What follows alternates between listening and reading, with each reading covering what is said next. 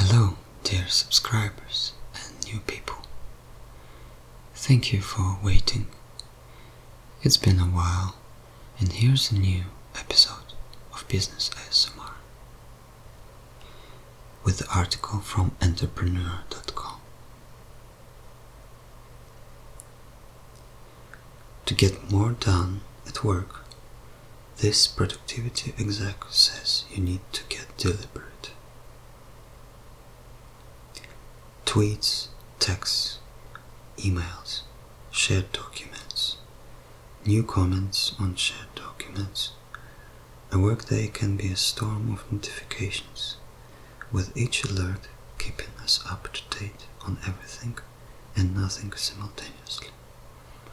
And Joshua Zerkel, Evernote's Director of Global Community, says it's too much. Before joining productivity platform Evernote, Zerkel worked as a productivity consultant full-time. He was shocked at the number of articles and posts, just like this one, extolling new ways to get productive or organized. He says the deluge of emails, tweets and notifications is too much for most people to get on top of. It's astonishing. Part of the problem, according to Zerkel, is that we've never learned how to work. No one is formally taught how to focus in meetings, how and when to check email, and when to look at the countless notifications we get every day. As new technologies emerge, it becomes harder and harder to catch up because most people are struggling enough to navigate the existing chaos. To add to the complexity, technologies evolve, so email filing strategies that made sense 5 or 6 years ago become outdated and just another set of hard habits to break. Thankfully, Zerkel has a common sense approach that can weather any tech or work evolution. Get simple and be deliberate. This framework will help you avoid overthinking any task and know what you want to get out of every day and every project. He explains more below. This interview has been edited and condensed for clarity and brevity. Let's start with the basics. How do you plan your week? Once a week I have an overview where I sit down and say, here's what I need to accomplish in the next week. I plan out which projects need to be done and on which specific days. Usually this happens Thursday or Friday, so I have that list when I come in on Monday. There's always stuff that can't be planned for or is more reactive, but this way I start with the most important thing. So you use your priorities to shape your time. How do you structure individual days? The key secret for productivity for me is I start every morning with a workout. It takes me out of my head and into my body.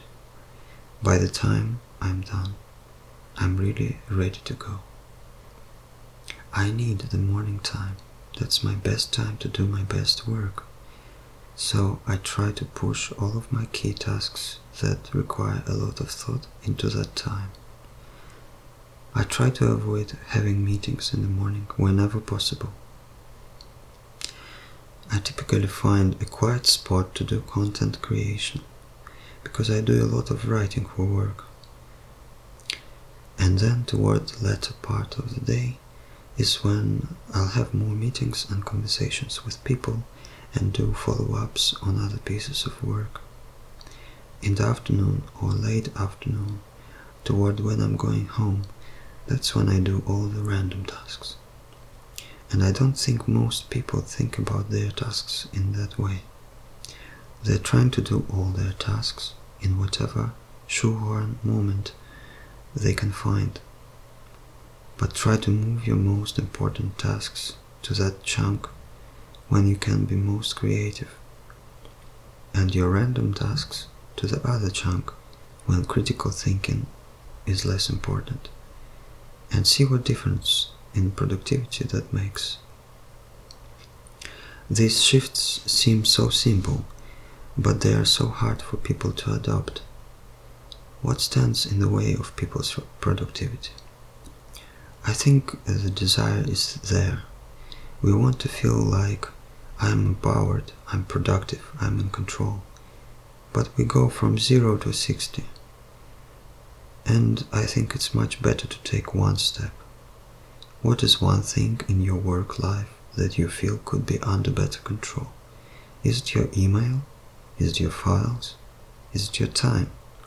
Choose one area and do one thing to make some small tweak today and see what that changes, rather than, you know what, on Monday I'm going to be implementing this entire productivity system where I'm going between managing my time, my tasks and my files. Good luck with that. It's too hard. You can't change all that behavior on a dime. It doesn't work. But we can tweak one thing, and usually those tweaks add up to a big productivity change. What about email? So many struggle to keep up. But that's really also a symptom of a bigger problem, isn't it? You need to have a bias towards action. People overthink the filing of their email, so they spend a lot of time not actually just processing their email, but figuring out where to put it. And this was important maybe 5-10 years ago when search was not good.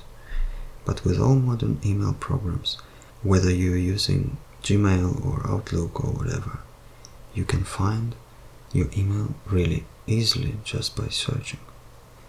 I used to be highly, overly organized, and I was the type of person who, if you looked at my folder structure, there would be intricate hierarchies of information like folders and subfolders and folders within them, and everything meticulously named. And I used to spend a lot of time organizing when I should have been spending time doing the things that I needed to work on. So for me now, I have no folders. I just archive. And if I need to find it, I just search for it. Should we also wait then to check mail when we can actually reply, and not just frantically check our inbox for updates? People can wait half an hour or an hour. It will be okay. The world will not come to an end. And I think we have just been in this notification culture for long enough now that we feel like we need to be instantly on top of everything. But it's a huge detriment to us staying productive and staying empowered with how we manage our time and our tasks. If I receive something from someone and I have time to open the email, I have time to figure out where it should go. If I don't have time to process it, I typically don't open it just yet, because then I just have to do it again later. It's a waste of my time. When it comes to time management, everyone says, learn how to say no. But that's not always realistic or effective. What's the tweak that will make this thinking work? People come to me with tasks or things they want to have me do or help them with. I want to say yes to everything, and I think most of us do. But building the muscle around, I would love to do this, but I'm working on this other thing, helps the requester recognize priority is really important, and I think that's a missed piece. And I think it will help if we are able to have that conversation around, I'm doing this, this is why, here's the priority level. If I do this for you, this means I can't do that. Is that okay? Let's make the choice together. Acting deliberately seems like such a novel way to approach the workday. How do we get to this point? I think we have to detangle it a little bit. If you're not in that deliberate mindset, and most people aren't there yet, you have to ask yourself, Did I decide to do this? And if you didn't decide to do something, it's happening by default. And by definition, you are disempowered. You haven't taken ownership over the thing. It may have been handed to you, but you still get to decide. Am I doing this? Am I doing this now? Can this be done later? So, if you're confronted with that list of tasks and you feel great about it, great.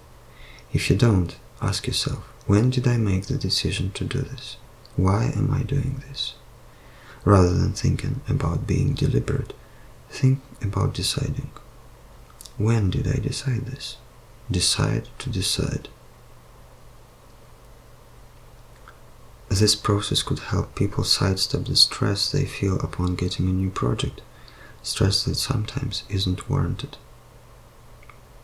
If you weren't the one who made the original decision to have this handed to you, then of course it puts you in the position of being reactive. But even in the reactive state, all of us are working because we've decided to. We're not beholden to anybody. And even in the moment when you're being handed something, you're still making a decision. Yes, I accept this. Or, no, I don't. Or a counter-offer. We forget because we're busy.